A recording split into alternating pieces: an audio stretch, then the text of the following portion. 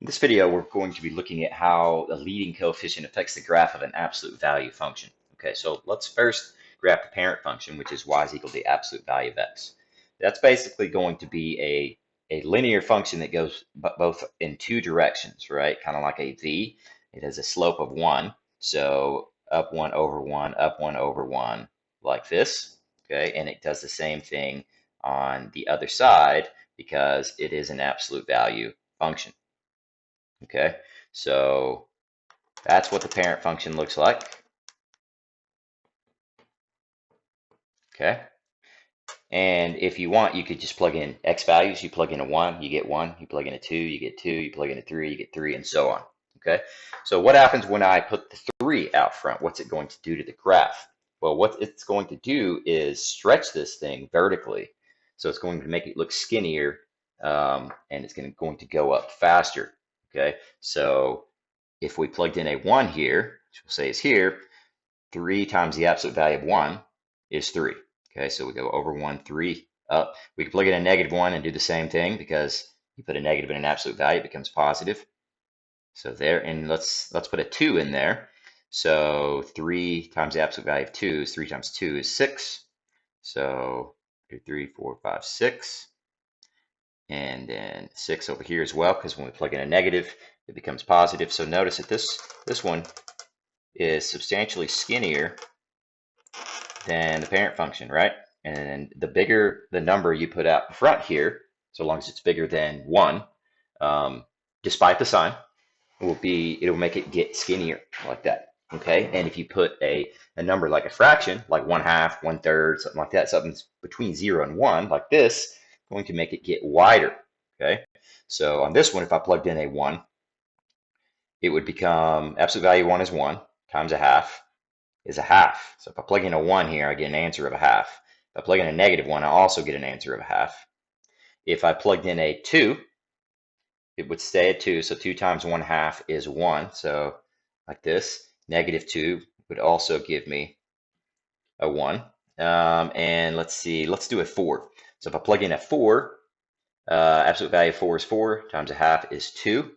So 1, 2, 3, 4, all the way up here at 2, and all the way up here at 2. Okay, so the in between one will be about right there at half. So notice it's very wide. Okay, and if I had a fraction that was even closer to 0, like 1/3 or 1/4 or 1/8, it would be even more wide.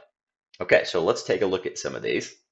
For each function, choose whether it opens up or down. Okay, so that's very easy. If it's positive, it opens up. If it's negative, it opens down. And I'm talking about the number out front. Okay, so this one opens up because that number is positive, down because it's negative, down because it's negative, and down because it's negative.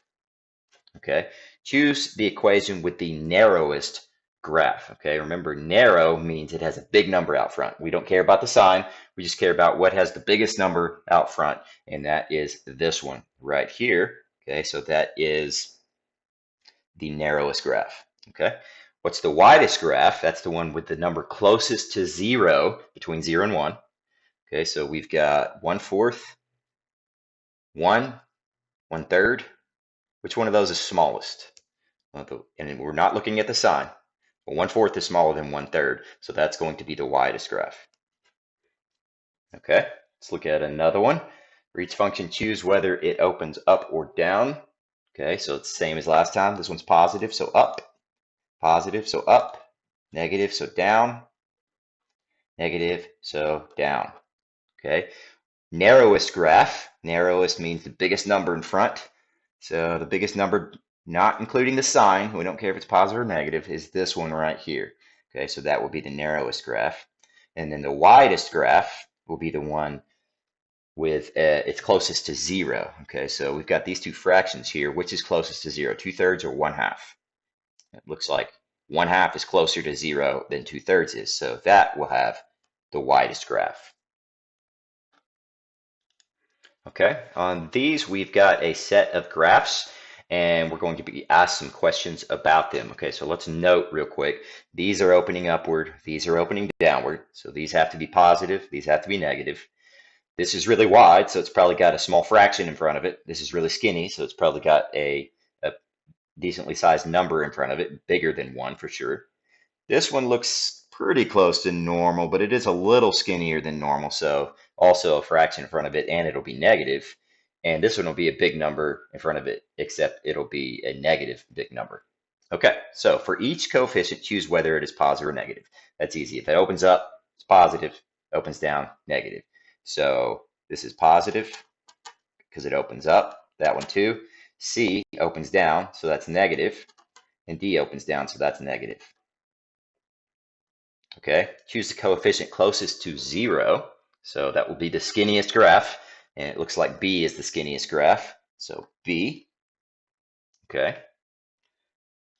Oh, excuse me. That was backwards. That was not correct. Okay, so the coefficient closest to 0 will be the widest graph, despite whether it's opening up or down. So it looks like this one is the widest graph. Okay, so it's actually D is the answer there, not B. Okay, choose a coefficient with the least value. Okay, the least value means, first of all, that it needs to be negative. Okay, and it needs to be a big number. So you've got these two that are negative, okay, and you need the biggest number out of these. So since the small numbers is what makes it get wide, we need to choose this one because it's skinny. Okay, so that one will have the least value. That is C. Okay, let's do one more set of problems here.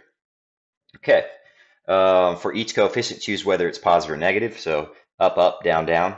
So positive, positive, negative, negative.